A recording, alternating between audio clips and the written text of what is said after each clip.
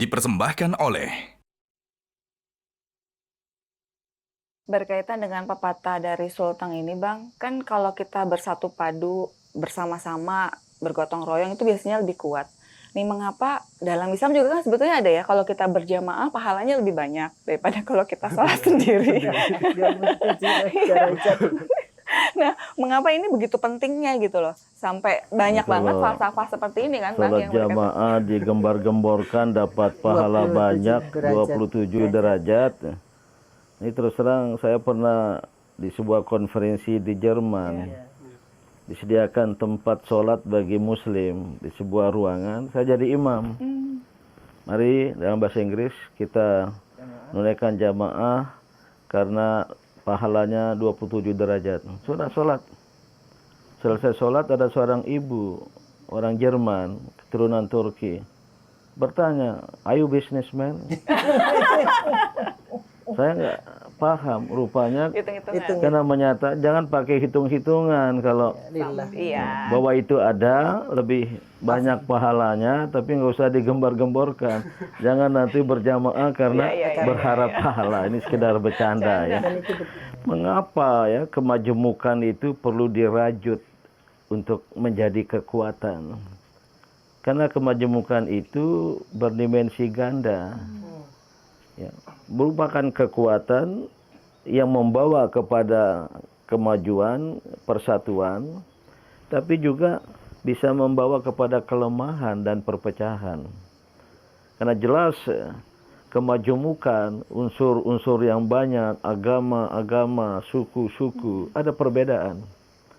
Ada persamaan di antara mereka, tapi ada perbedaan. Ada perbedaan, tapi ada Nah, kemajemukan yang tidak mempertemukan persamaan-persamaan, bahkan cenderung membeda-bedakan perbedaan, itu akan membawa kepada kelemahan dan perpecahan. Gitu.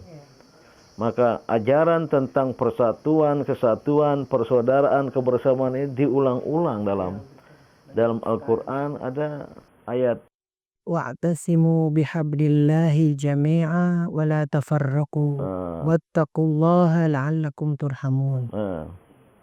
yang artinya Yang artinya yani berpegang teguhlah kepada Allah dengan ikatan secara lillahi ta'ala, dan bersatulah kalian, jangan terpecah belah, karena dalam kebersamaan itu ada persatuan, dan bertakwalah itu kepada Allah, diantara dan beruntunglah. contoh betapa banyak pesan-pesan agama dari Al-Quran dan Al-Hadis untuk kita bersatu. Karena Allah Subhanahu wa Ta'ala menyadari, tentu sangat mengetahui, karena Allah lah yang menciptakan manusia. Dan dalam sebuah ayat, di antara tanda-tanda kekuasaan Allah adalah Allah Subhanahu wa Ta'ala menciptakan langit dan bumi, dan perbedaan lisan, bahasa-bahasa, wa alwanikum, warna kulit. Sesungguhnya dalam hal demikian itu ada tanda-tanda bagi lil alimin, orang-orang yang berilmu, orang-orang yang mengetahui. Jadi hanya orang yang mengetahui, yang berilmu, yang memahami dan menyadari hakikat dari kemajemukan, yang harus dikembangkan, dipertautkan menjadi kekuatan dengan syarat adanya persatuan dan kesatuan di antara kita. Sesuai yang tadi Ayahanda sampaikan bahwa kemajemukan ini merupakan kekuatan bagi kita.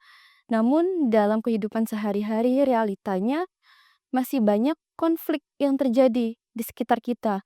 Nah, mengapa hal itu masih terjadi? Sedangkan kita sebagai seorang muslim ini menjunjung tinggi nilai persaudaraan, Ayahanda. Ya, karena kemajemukan itu mengandung ego atau terdiri dari ego-ego. Setiap kelompok, setiap bagian punya dirinya sendiri. Memang terikat oleh persamaan. Katakanlah kita sebagai umat Islam bersatu sebagai umat Islam, tapi terdiri dari bangsa-bangsa, suku-suku yang berbeda. Ada ego kesukuan, ada ego kebangsaan. Kadangkala mengatasi keislaman kita.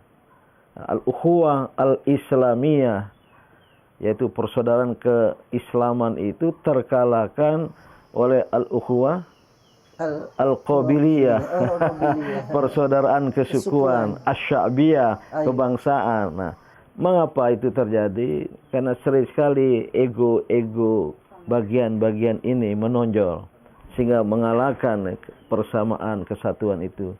Sering ada persamaan, karena perbedaannya maka mereka pun kemudian ya bercerai-berai, terjadi perpecahan dan permusuhan.